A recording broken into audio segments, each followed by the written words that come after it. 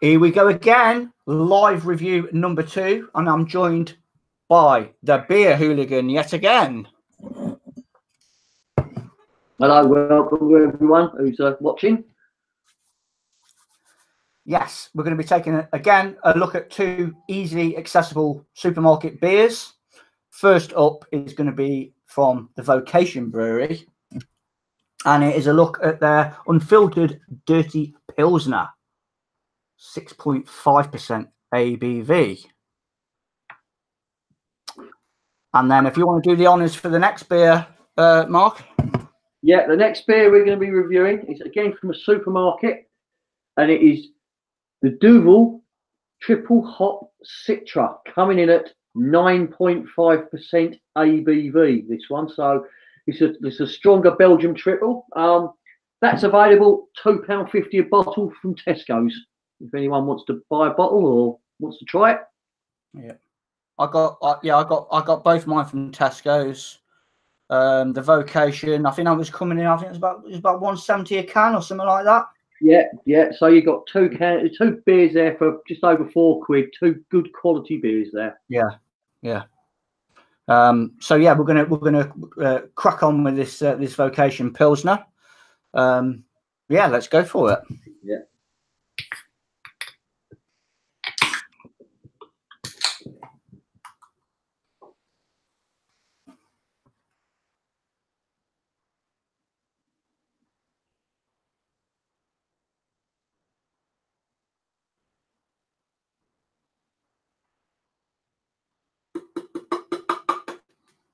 Okay.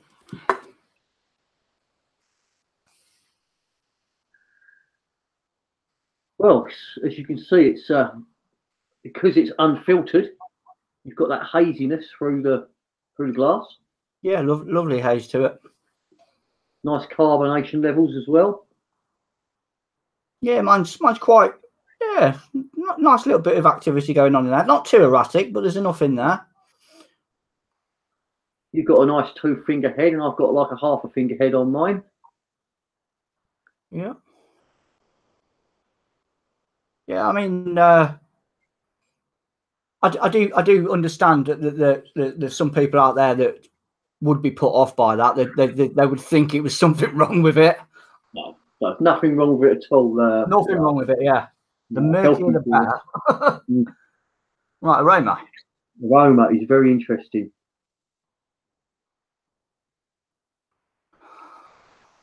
Big on grapefruit. Yeah, pink grapefruit whiffed. Yeah. A lot of hops. Now I understand they make this with a lot of US hops, this beer, so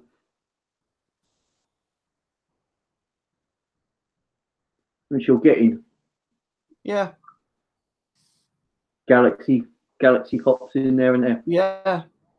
Strong Pilsner meets IPA in a glorious head-on crash of flavour. Dirty Pilsner is unfiltered and dry hopped with outrageous quantities of US hops. Yeah. Yeah, no inkling of it. Yeah. The good thing with it being unfiltered is it's got all the purities in there. It hasn't got none of this. When they filter a beer, they take out all of this, and and it ruins the beer sometimes. Yeah, take out all the goodness. All the goodness. This is 100% natural, in it. You got, yeah. No, can't get anything better than extracted from this. Yeah. Don't get put off by it because it's cloudy. Don't get put off and think, oh, the beer's off, and ring up the brewery and go, oh, that can of beer I've just bought, it's cloudy and it's dodgy. Stop. Yeah. So I'm going to dive in. Cheers, Dean. Yeah, let's go. Cheers.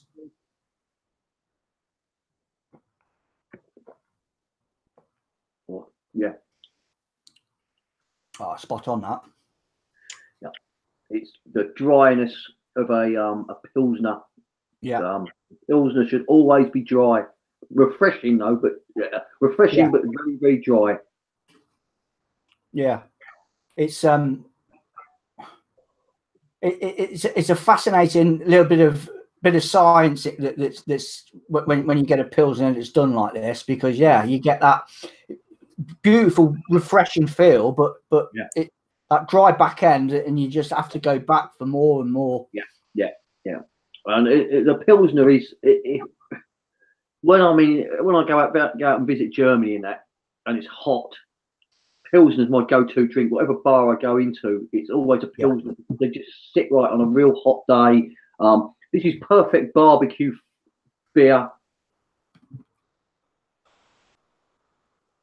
Yeah, when Vocation bought these lagers out, I think it was the sometime last year, if I'm not mistaken. I can't remember what the variations were, but this is the only one that I haven't had. The other two that I had from them, bang on. You know, this is lovely stuff. This is. I know, and you think the price of this, sort of 170, 180. I think they do three cans of this for $5.25 at the moment in Tesco's. $5.25 for 3 cans of this beer is a fantastic price, and it's a little bit more stronger than your standard Pilsner, being it's 6.5%. So it's ramped up a little bit. A lot of Pilsners are around 5% ABV. So yeah, and it's really flavoursome, isn't it? I do get that lemon in there as well, and I do get that little bit of like an IPA vibe to it. Yeah. I think that's because it's the grapefruit side of it. You have a normal Pilsner, you're not getting grapefruit taste in a normal Pilsner. You'll get more grassy, lemon grassy sort of thing. Yeah. This is definitely big on the grapefruit factor to it for sure. There's quite a lot of that going on, front and centre for me as well. At the back end, you're getting this lemon peel, which is quite common in a Pilsner. It's sort of, but right at the back end, the lemon peel sort of taste. Lemon rind, yeah. It's I think for the price of that, I think that's a pretty decent Pilsner. To be fair, I can't. Very good. Yeah, but a Pilsner that's going to appeal to people who are not lager drinkers, are more sort of real ale drinkers, and they sort of turn their nose up at lagers and Pilsners and that. This will appeal to you if you like your real ales and like your grapefruit flavours. This is going to appeal to you. It's not overly gassy either, is it? No, not really. No. It's not like some of these lagers, real bloaty, is it? It's not a bloaty beer, what I call, with a lot of gas that bloats you out. No, I'd be quite content to have a few of these. Even this time of year, it's moreish now. So come the summer months, a beer like this, like you say, cracking up the barbecue. A four cans of this, that'd be a nice sort of hello summer. Yeah. Also, this would go absolutely fabulous with fish and chips. Go and get yourself some fish and chips and a can of this. It's got that grapefruit flavour. It's going to go well with your fish. Yeah. Very good beer. I always if I'm having a takeaway or anything, a decent sort of meal, whether it be a nice bit of fish and some chips or a takeaway, I always sort of go towards this sort of style of beer to go with my food, because I don't want it to knacker the meal, and vice versa, if you know what I mean. It's a good it would complement a lot of meals, really, wouldn't it? And not get in the way of it. Yeah, so I mean personally, when I have a fish and chips, I like to have a pale ale, but this here would supplement a pale ale perfectly. There's a bit of a change, especially in the summer when it's hot, and it's very refreshing beer. It's got all the sort of taste of a hot summer's day, really, isn't it? To sit there and I think they're doing a fantastic job at the moment. Vocation. I've got a lot of time for the brewery. That regards to the supermarket, they're riding a lot off the back of that Lovinate or the collab that they did with the Yeasty Boys, the breakfast stout, and rightly so as well, because I think that them two beers are absolutely glorious to be available on a supermarket alongside something like this. Yeah. It delivers for me. Yeah. Would I buy it again? Wouldn't hesitate. It's good to see that Tesco's are embracing it as well. The craft beers at the moment, you know, it's in my opinion, it's Tesco's, Marks and Spencers, and Waitrose are probably the three leaders out of the supermarket chains at the minute, who are really got the most.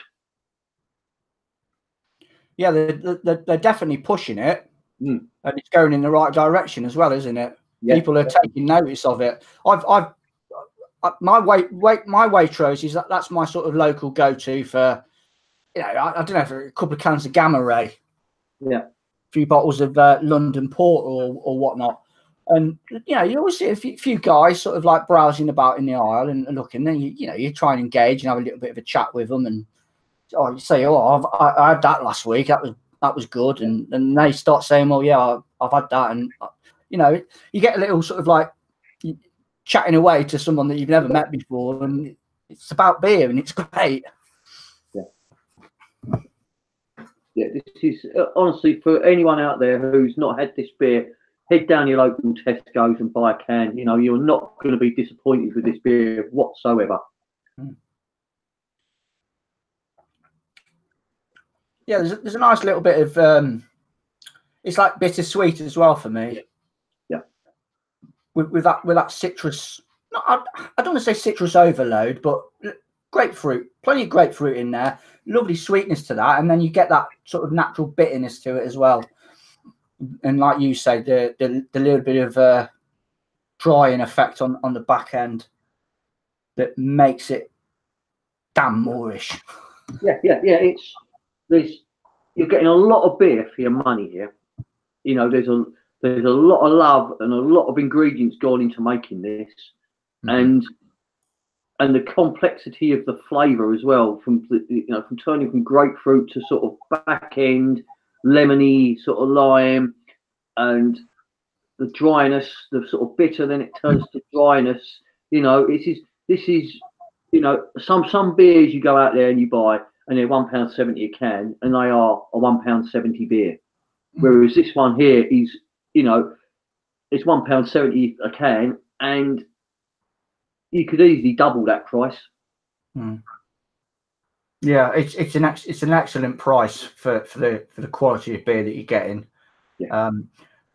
If it wasn't available in supermarkets and I happened to stumble across it in an independent bottle shop and it was marked up at £3 a can, I'd pay it, I think, because I think it warrants that sort of price tag even. So we're getting a bargain, aren't we, when you think about it? Bargain with it, yeah. You're getting a good quality crafted beer at a bargain price, really. Yeah. Right, I'm just going to just have a quick look at the comments. Yeah, no probs. And we have a few. Thomas McCarthy. Hi, everyone. I'm drinking homebrew summer fruit IPA. Top man. My mate, who I saw on Friday, Harry, over at Blue Nose Beer Reviews. I need more beer. Yeah. Didn't you have enough over the weekend, fella? Terry's quick beer reviews. Hello, Mr. Blue Nose. Hi, Terry. Hi, all. Currently sitting in a field drinking cans of Frosties. Okay. You should be sitting in a pub. It's a lot warmer, lol. Mr. Ronald. Hi, guys. Quite unusual for a Pilsner at 6.5. Would you agree?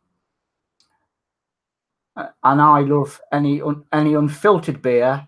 If you filter beer, you're throwing the goodness away. Yeah, just what Mark was touching on as we come on to the beginning of the video. Yeah, you're extracting all that good out of it.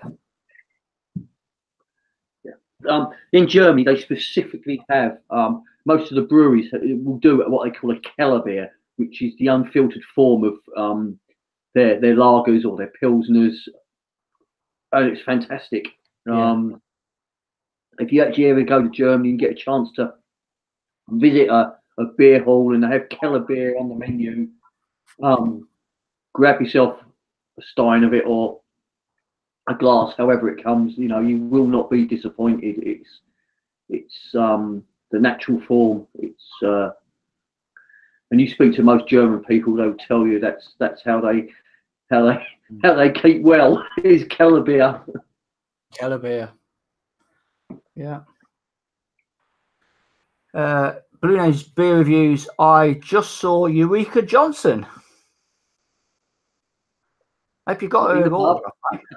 She could down a pint in about 2 seconds. You remember that on the old Shooting Stars? She could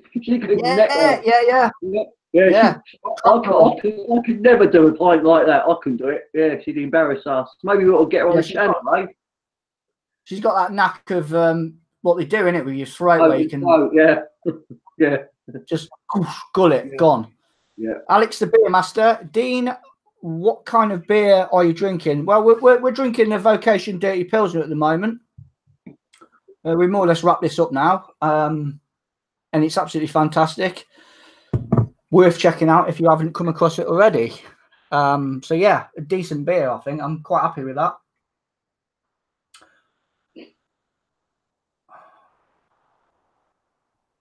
So then, Mark, shall we move on to another session beer? It's not quite a session beer. Right. Yeah. This is the Duvel triple hop Citra. This is coming in at 9.5% ABV, and it's produced by the famous Duvelmoortgat Brewery from Belgium, and the name came about. Originally, the Duvel beers were called victory beers. They were beers that were inspired by, after the First World War, or during the First World War, it's when the English introduced the Belgians to British beer, because they shipped it all over for the troops. And the Belgians then started to sort of see this English beer, the ales and that sort of thing. And after the war, a lot of these breweries were inspired, Scottish yeast is particularly what they use in the Duvel range, which is obviously an influence from the First World War. And they actually called this beer victory beer at first. And then, I think it's about in the 1930s or something like that, a fella had a bottle of the Duvel and he went, oh, that's the devil's beer because of the strength. And so Duvel is devil in Flemish, so that's why it's got the name Duvel. Yeah. And yeah, most people are aware of the normal Duvel, and I say they've produced this triple hop Citra, which is quite interesting because to get this beer, they actually went through 6 different triple hop beers. And then they put to 5,000 fans of Duvel a poll, what one they preferred. And the triple hop Citra was the one that won. So in 2016, this is when this was introduced to the market and has stayed since. So this is basically a beer that's been voted for by the fans. Okay. It's a good idea. Yeah, I mean, I must admit, I am a big fan of the Citra hop. You know, it is a hop that I get on well with. I wonder what it was up against then in the polls. Have you got any ideas? They tried various hops, right? So I do believe it was the Brussels Beer Challenge when it was introduced, and I know they had Sazaz, Galaxy, lots of your famous sort of hops that we know, and they gave it to the masses, or 5,000 of their fans, and said, like, what one do you prefer? So to beat some of the hops, you know, especially like Galaxy, which is a hop which is really, really known by a lot of people. Yeah, decent hop. Yeah, that's the grapefruit one, whereas obviously the Citra is going to be more sort of lemony, limey. So what should we do? Should we crack this open, shall we? And yeah, let's go for it. Oh.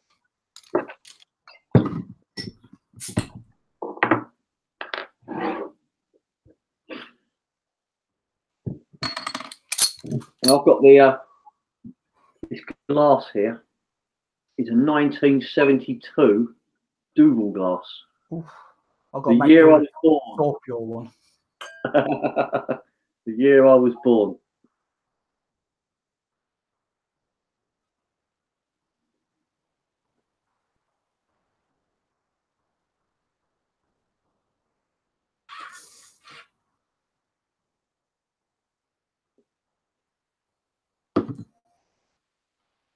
Right, okay.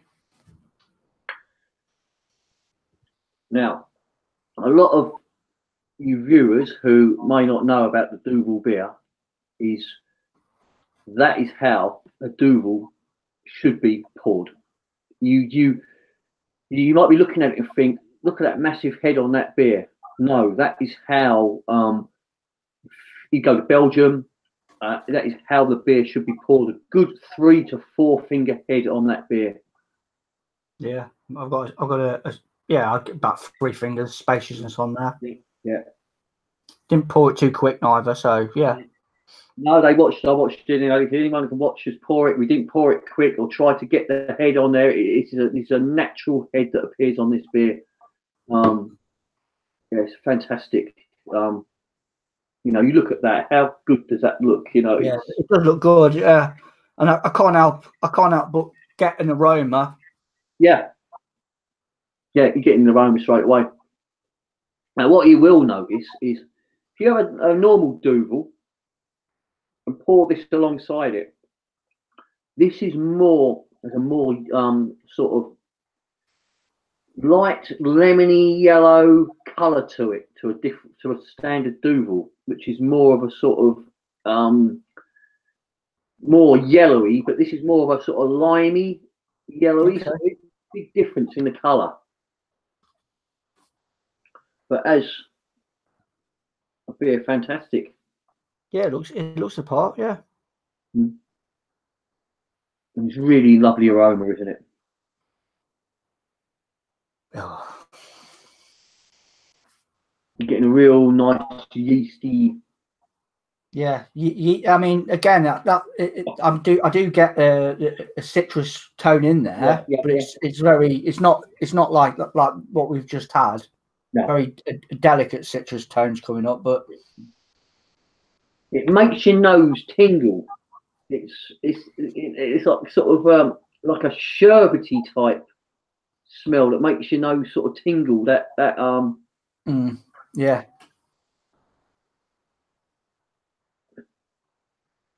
Yeah, that smells really good. Yeah, I'm interested to see how this one pans out at 9.5 as well.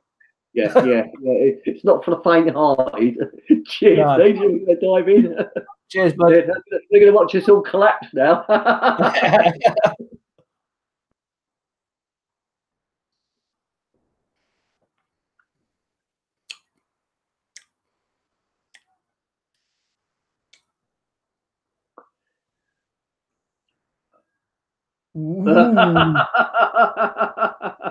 I could see that go down. Wow. Wow.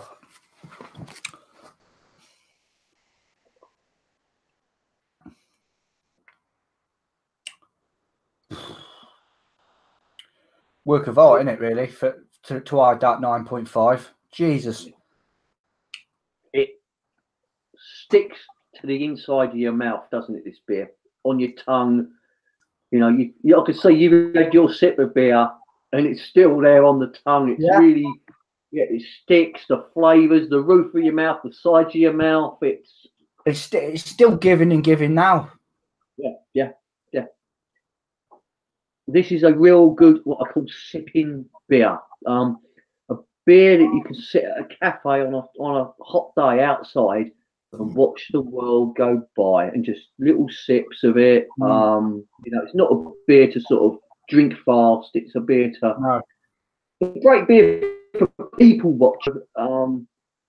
There's a nice little bit of funk in there, isn't there? Yeah, I mean, I'm associating that with the yeast in there, but I do get a which I've heard before, and I'll say it, horse blanket sort of thing, farmhouse vibes to it a little bit.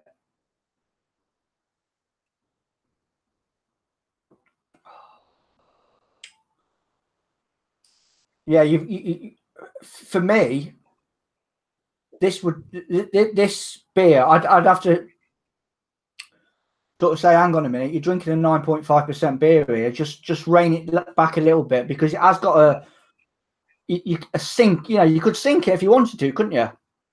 Yeah, but it's got a bite there as well. You can feel that bite when it goes down. It warms you, and that's that. Whereas at least it's got the bite. There's a lot of high ABV beers that don't have that bite, which then lure you into this sort of trap of thinking that I'm only drinking a 5% beer and it's an 8% beer. But this one, you know you've got a strong beer in your hand. But it's a light, isn't it? It's got a really nice freshness to it as well. There's quite a nice cleanness to it. Yeah, hop. Go on, mate. The actual Citra hop in this is actually grown in the Yakima Valley out in the USA, the famous Yakima hop growing region in the USA. So again, the Belgians put so much love into beers. That's what I like about Belgian beer. It's not, they don't throw a beer together. There's passion and love in it, which is good. Yeah, I mean that neck of the woods. It's biblical, isn't it? It's part of it's part of their life. It's their culture. Yeah. But then you think how the Belgian beer has evolved just recently. When you think in the 70s, most Belgian breweries were on their knees nearly. The 70s was a terrible time for Belgian breweries. A lot of them at the time were brewing Tuborg in their breweries because it's the only way they could survive. Yeah. The companies, I mean, them and the Germans, it's just what they can do with hops, water. Yeah. It's just absolutely. It's alchemy. It's absolutely fantastic. I mean, me personally, I probably lean more towards German beers than I do Belgian beers, but I've got the utmost respect for both countries regarding making beer, because they do an absolutely sterling job. I mean, this beer, but both beers are absolutely excellent. Excellent. I think since meeting you, though, Dean, I'm starting to get you sort of into this Belgian beer. I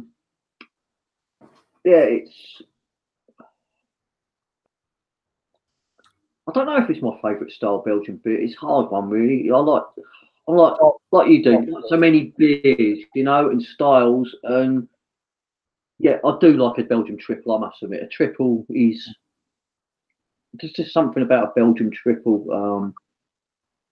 Yeah. I can't put my finger on it, but yeah, it floats your boat. That's fair play to you. Fair play. I would buy it again. I wouldn't hesitate to buy it again. And that's key for me as well. When I'm trying a beer for the first time, has it got that will you go back again factor to it? Both beers for me have, without a doubt. And they're affordable beers. This is what we're is what me and Dean are trying to do here with these live feeds, is for you out there to I could quite easily say to Dean, Mike, next time we do one, we'll do a West Vletarian 12 at £25 a bottle. Yeah, you'll watch it, you'll see us drink it, but you ain't going to go out and buy it, or maybe one of you might be go out and buy it. this here these are affordable beers and easy beers to get hold of. You know what I mean? You can just walk into your Tesco's, stick them in your basket, pay for them, go home, drink them. And this is what we're trying to sort of achieve in this. You know, not everyone's got a specialist beer shop down the road in their town. Yeah, no, that's what this is all about, really. And obviously, future live reviews, if we can get a couple of beers each that we preferably haven't reviewed, but I mean that's not the end of the world if we've done solo reviews of beers in the past. There's no harm in doing a revisit now and again, just so you guys out there can get a feel for it. You know, if you haven't had the beer before, you've seen it on the shelves and you've been intrigued by it, but you haven't quite pulled the trigger on it. You know, watching mine and Mark's live stream of the beers that we're getting, you know, little push in the right direction, maybe, if nothing else. Yeah, I will actually say something about the Duvel bottle here. You have this little emblem up here. Now, every 1,000 bottles or every 1,000 labels, right, this emblem gets changed. And it has a devil on one side of it, right? And these bottles are really, really rare. And if you can actually find a bottle with a devil on it, grab it. Because you can drink the beer and probably earn yourself a 10 or 15 quid for selling the bottle on eBay. So, you know, you could buy the beer and drink it, enjoy it, and yeah, make yourself a few quid at the same point for rather than take it down your local bottle bank, you know. So just a little tip, you know. I go to Tesco's every week, and whether I want to buy Duvel or not, right, I check all the bottles. Check that out. Yeah, how sad is that? Because I seriously want one of these bottles, and I've had I don't know how many bottles of Duvel I've drunk over the years, right? And I've never ever come across a bottle with the devil on it yet, right? And I know what happens. There are people that have bought it for the first time, have picked up a bottle, haven't they? And they've got it on there and don't realise. But no, maybe some of these people watching will start doing the same now. Well, I know I'm going to be doing that now anyway. Yeah.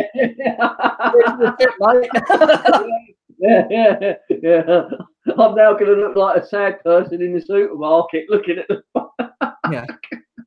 Yeah.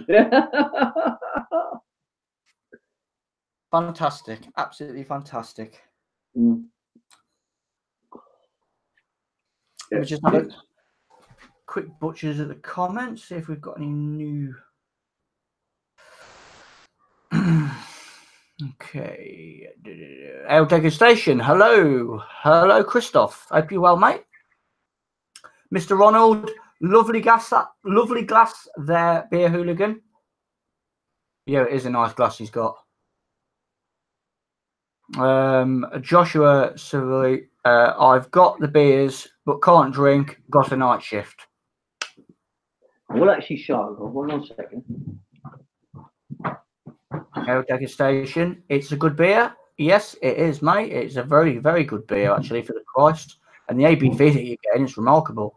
Rod J in the house. Cheers, Dean. Cheers to you, Rod, over in the US of A. This is actually the new Duvel glass. And the good thing about the new Duvel glass is, believe it or not, they actually show you on the back how to pour it. It's actually got a little hand there showing you the optimum way to pour the beer. So that's the tip. If you look at them between the two, I don't know if people see this. The actual glass of the new one is thinner than the old one, and considerably different as well. I know the old one's got contents in it, but is that got more of a weight to it when it's empty compared to it? Yes. It's got a smaller base, believe it or not, but the actual glass thickness is It's a good for half, 3/4 thicker than the new glass. So yeah, and I found out with a lot of the old glasses as well. They were proper sort of, it's like everything in it. Back in the day, they were proper built. Nowadays, they're just mass produced and cut corners as much as they can to get away with, you know, keeping the cost down, which is a shame. Yeah, but I do believe it's still these glasses are made by the famous Ritzenhof glass factory out in Europe that produces most of the beer glasses that we drink out of today. Yeah. Yeah, I mean, I've done it myself. I've looked on eBay quite a few times at, you know, old you know, anything beer, brewery related and whatnot, glassware, because there are some absolutely corking. I've seen some really nice German Pilsner glasses. Yeah. Fluted jobbers. Yeah, like this. This is like what they call a standard polka. This is like a polka. Yeah. That actually, what I find in Germany and in Belgium, Holland as well, if you're ever in a bar and you like the glass that you're drinking out of, right, and you're in there for a little while, have a few drinks and that, I always ask the people, right, I'll say, could I buy the glass? And 99 times out of 100, they will tell you to take it.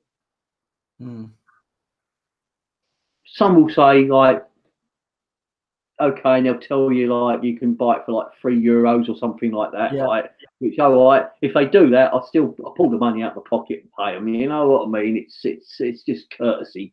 But a lot of the time, you say to them at the end, do you mind if I buy this glass? I like this glass. A lot of the time, because you're a tourist, you're English, or you might even be American or whatever, not from the country, and they will say, you've been in here all night, take the glass with you.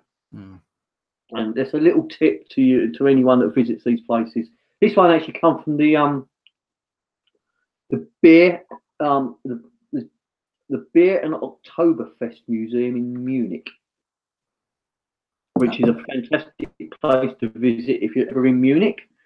It's also probably one of the best bars to visit of an evening and drink in Munich, because it's real locals in there, and they will pour you a beer, what's called the Munich Schnitt. That's all I'm going to say. But when you get it poured, you think they've had you over. Right, okay. Yeah, it's a half-litre glass of froth, and you let it sit for 10 minutes, and it suddenly becomes a 2/3, 3/4 glass of beer. And the reason they had this was the Germans back in the day had very strict rules on opening times and late drinks. So they had the police going out looking through the bar windows in Munich, checking that people weren't having a late drink. So what they did is they devised this what they called a snit, which they poured this drink really, really fast and give a whole glass of foam. So when the police looked through the window at closing time, it looked like everyone just had like a glass full of foam with no beer in it, and they were all about to leave. And then 10 minutes later, they've all suddenly got like 2/3, 3/4 a glass of beer to enjoy. Fantastic. Yeah. But these are things you don't know unless you visit, like, you know, I never knew about that till I visited the Beer and Oktoberfest Museum and in the bar in the evening, you know. So any of you ever go to Munich, that's the place, in my opinion, to go and have a drink at night. You know, yeah, go and visit the Hofbrauhaus. It's, yeah, for the nostalgia, but it's full of tourists, and it's just, yeah. Go and, if you want to, you know, experience real Cologne, go to that bar. It's fantastic. Yeah, a place I'd love to go to. It is on the wish list. One day, hopefully, one day. Yeah, Rod J also comments, nice glass. Yeah. I mean, we've got nothing set in stone for the next live review, but by all means, leave some comments down below, whether it be now or on the playback later on, with some recommendations. We're always up for new ideas, supermarket based, just to keep it so people can get them. Yeah, don't suggest Foster's or Carlin or something like that, because you can get a big no-no on there. Yeah. We don't need to explore that avenue, do we? Not at all. And so this is the difference with Belgium and German beers is they're proper ingredients. You know, hops, yeast, malts, and water.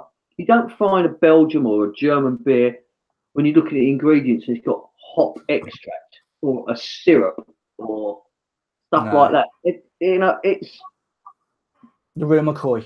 Yeah, the real McCoy. They brew their beer with love. Yeah, and it shows in the glass though, doesn't it? It shows in the glass. Remarkable.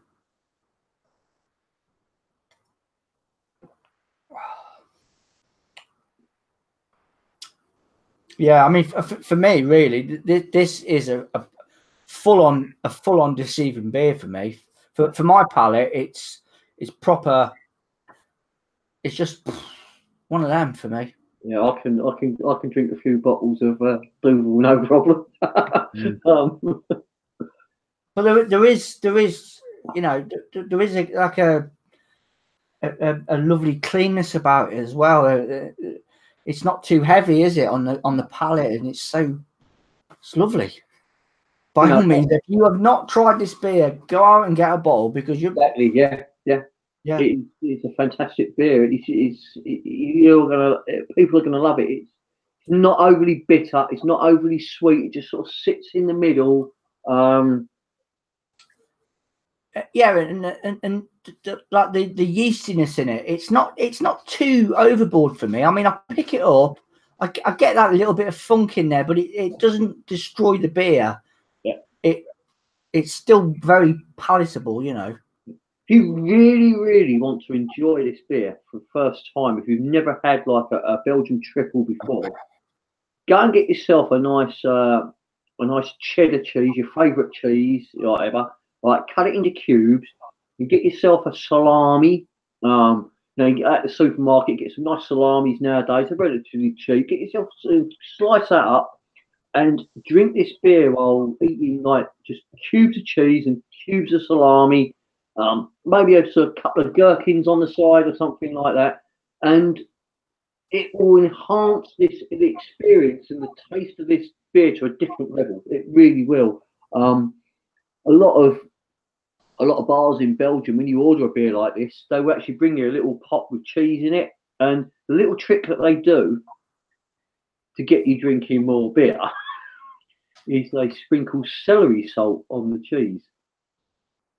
So you've got that, a bit of the old thing like English pubs years ago, the salted peanuts on the bar. Yeah. Well, they do it with the cheese. Oh, thank you very much. I've got some cheese for free, but it's got celery salt on there, which makes it nice, but also the saltiness makes you want to drink more. So yeah, it's clever, very clever. You've not been to Bruges, have you, Dean? You what, mate? You've not been to Bruges, have you? No. Put that on your bucket list. Because I'll tell you what, there's a lot of places that I do want to go to. Yeah. I'd love to explore Germany more. Belgium. That's another place. Yeah. One day, it'll all happen one day. You got the fantastic the Bruges Yacht, the half-man brewery in Belgium. Half-man, yeah. Where they put a pipeline through the town to take the beer out to where they now, because it's such an old town, they got the ump with all the lorries going in, so they actually crowdfunded a pipeline 4 kilometres long to take it to their bottling plant. So they brew the beer in the city of Bruges still, and they pump it 4 kilometres down a pipeline to the bottling plant. But then you talk about like the unfiltered beers.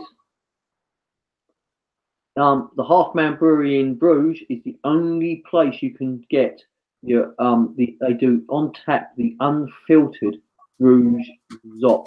This is before it is pumped through to the bottling plant. They filter it, but you can actually get the unfiltered version in the Half Man Brewery, which is it elevates to a different. Bruges Zot's a very nice beer, but the unfiltered version is something special. It really is, and you can only ever get it in one place. They do not sell it by the bottle. You cannot buy it. It's just on tap. That's it.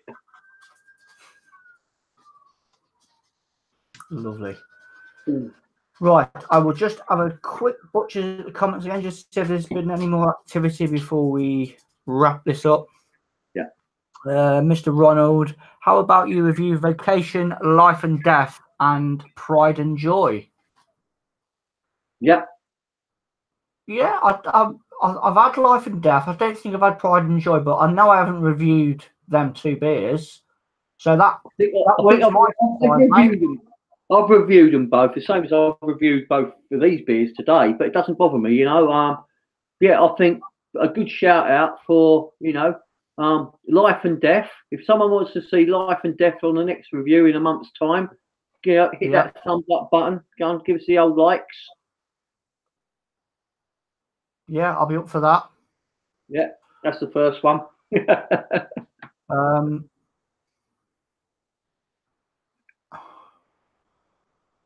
Man's Ale is lovely. Man's Brown Ale. Yeah. So another beer we talked about, me and Dean, about reviewing was either Triple Carmelet, which is a Belgian triple, or Delirium, and which is available in the supermarket. So, leave your comments in the box and tell us, would you like, because me personally, I think if we do like an English beer and try to get a foreign beer in every time, we have a bit of a mix and a match between the two. Yeah, that works for me. Mix it up, yeah. So you might get a Belgian beer, a German beer, a Dutch beer, an American beer. There's plenty of these. We mix it up. So let us know what you'd like. For a foreign beer. Yeah, we looked at, like I say, we did talk about Triple Carmelet, get it from Waitrose. Yeah. It's a triple. Obviously, it's a ramped up percentage beer. Delirium is another beer that I've had a couple of comments. I actually reviewed Delirium Red earlier tonight on my channel. I had a few comments that people have sort of seen Delirium in the supermarkets but never tried it. And up for suggestions, really. I mean, I wouldn't say no to maybe taking a look at some Leffe stuff as well. In the big 750. Yeah. Yeah, that I know. I've noticed recently as well. They've started slowly they've done a bit of rebranding, haven't they? There, and I've noticed on a couple of the bottles, the labels changed slightly on the brew. Yeah. So yeah, I mean, we've got luckily enough, we've got a plethora of beers to be reviewing. It's just sorting it all out, getting the beers together. But I mean, guys, yeah, like Mark said, drop a comment, some suggestions, what you'd like to see possibly for future live reviews. But yeah, the 2 beers that we've had today from Vocation Brewery, the Dirty Pilsner, fantastic little Pilsner, really, for the price. A beautiful little beer, and the Duvel. I'm pleasantly surprised with that one myself. For that massive 9.5% ABV. Yeah. Lovely stuff. Absolutely lovely stuff. Big thank you. By all means, please go and check him out if you haven't already. The Bier Hooligan. Fantastic channel out at the moment. Same to you, Dean. Good channel, good beers. It's 2 different styles. It's I'm more sort of into me European beers. Even though, believe it or not, the most beers I've reviewed is the UK beers. Believe it or not, it's just how it goes, though, isn't it? It's just how it goes. Yeah. Belgium, Dutch, and German beers. You know, is what I like. It's whereas Dean's he's more into the what I call the English craft beer scene. Some of them beers you got like I've never even heard of. you know. Yeah. I mean, the way I roll, I do like getting beers out of the supermarket or cheap beers out of B&Ms and bargains and places like that. I do like doing all that. I've got no allegiance. I like to try anything really. Yeah. Since getting to know you personally, you've opened my mind a little bit more to Belgian beers. I didn't sort of like skirt away from trying them, but I just didn't sort of naturally gravitate towards wanting to try them. But since getting to know you and chatting with you, I know you've got a massive passion for that sort of neck of the woods and the beer that comes out of there. You've sort of you've opened my eyes a little bit now to just dipping my toe in the water a little bit more with Belgian beers. I think what puts people off Belgian beers is the ABV. They're put off by the 8%, the 9%, the 10 and the 12% of these beers. You know, they think, it come across scary, And a lot of English people, they associate them ABVs with the stuff that tasted like treacle, which was special brew back in the day. You know, like Carlsberg special brew, and like that was absolutely tasted horrible. And what was it? Tenant Super was the other one, weren't it? They associate the ABV of these beers, those crappy beers. They weren't beer, you know. Yeah. No. Get out there, but forget. Don't even try to compare them because there is no comparison whatsoever. You're completely flogging a dead horse if you want to compare something like this Duvel at 9.5 to a can of Kestrel Black that's about 8.5%, 9% a can. All right, there might be £1 something difference in it, but you're getting a proper beer here. You're not getting none of that fucking ethanol rubbish. You know, you can't even. It's criminal to compare. It really is. They're absolutely poles apart. What I will say about these Belgian triples, though, is one of the hidden ingredients in a Belgian triple is coriander, and the reason they put coriander in there is so you don't wake up with a headache the following morning.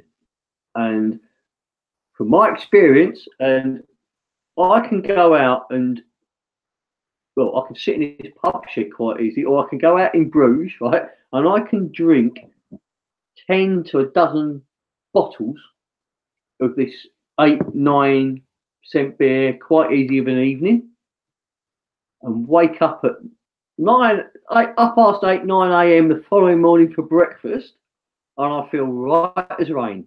Now, I'll go in my local pub that has Amstel on tap at 4.1% in the UK, and I'll have 10 pints of that, and I'll feel like shit the following morning. That is the only way I can explain these strong beers to people who have not had them, are thinking about trying them, or are scared of trying them. You don't have the hangovers with them. Yeah, okay. A few more comments now, just before we put an end to this live stream. Mr. Ronald, happy days. 2 great beers I drink regularly. There you go. Oh, Tony Howard. Tony Howard is in the house. Hello, Tony. I hope you're well, mate. The Hoffman Brewery also do the Straffhenrik Quad. Yes. Amazing beer. Yes. Yeah. Mr. Ronald, Ann Union Sunday Pale Ale is awesome. Yeah, a bit of a fan of Ann Union. This was the first ever quadruple beer ever produced, and believe it or not, it was produced by Dutch Trappist monks. Okay. Yeah. So people think the Belgians invented the quad. No, they didn't. It was the Dutch. Yeah. Oh. But no, Straf Hendrik quad is very nice. I've yet to review. I've had it, but I've yet to review it. Watch this space. Yeah. Yeah. No, seriously, it's again, it's been an absolute pleasure, my friend. Yeah. You know, I enjoy drinking beers alongside with you on this live stuff. Yeah. You've brought a lot of top draw information to it as well. Yeah. You know, you definitely know your stuff when it comes to things like that. Some of the stuff you've been reeling off tonight. It's what beer geeks love, though, isn't it? I like that. I like the history. I've always liked the history of beer. It's sort of, yeah. I look at things like Roger Protz. You know, he produced 2 fantastic books, didn't he? 300 beers to have before you die, and then 300 more beers to have before you die. Yeah. Yeah. And Tim Skelton, who's been a big influence as well. Beer in the Netherlands. He went and visited the Netherlands and went around all the beer places in the Netherlands, where to go. The old-fashioned brown cafes where they've still got nicotine stained ceilings. Believe it or not, I think there's actually a law in Holland now that they can't redecorate. They have to leave these bars pre-smoking ban. If they've got all nicotine stained ceilings and walls, they keep it. It's like a listed building. It's like a listed building in this country now. It's quality, absolute quality. Yeah, it's mad. It's brilliant though. And all I say, if any of the people that are watching ever want to visit Germany, Holland, Belgium, and they want to know where they can go and have fantastic beer and that sort of thing, leave us a message on my Facebook page, right? And I'll tell you where to go, what towns, what cities, what sort of beer styles, bars to visit, that sort of thing. Because I go over there 2 to 3 times a year on my little beer journeys. So fair play. No, I need to get my arse over there, really, to be fair. I think you do, Dean. I think you're just being lazy, not going over there personally. I'll have to just blag the missus, won't I? Yeah. Right. Anyway, we're gonna call it a day. Yeah. As always, go out, mate, with your ending. Let's go for it. So, as I always say, beer is the answer, but I cannot remember the question. Thank you for watching. Good night. See you on the next one, guys. Thank you very much. Cheers.